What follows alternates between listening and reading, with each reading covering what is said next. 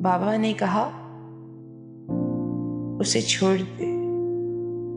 मैंने कहा, बाबा वो मेरे रगे जामे है, नहीं छोड़ पाऊंगी। आपने मुनाफिकत सिखाई नहीं, अब पीछे हट ना पाऊंगी। बाबा ने कहा, तू खुश नहीं रह पाएगी।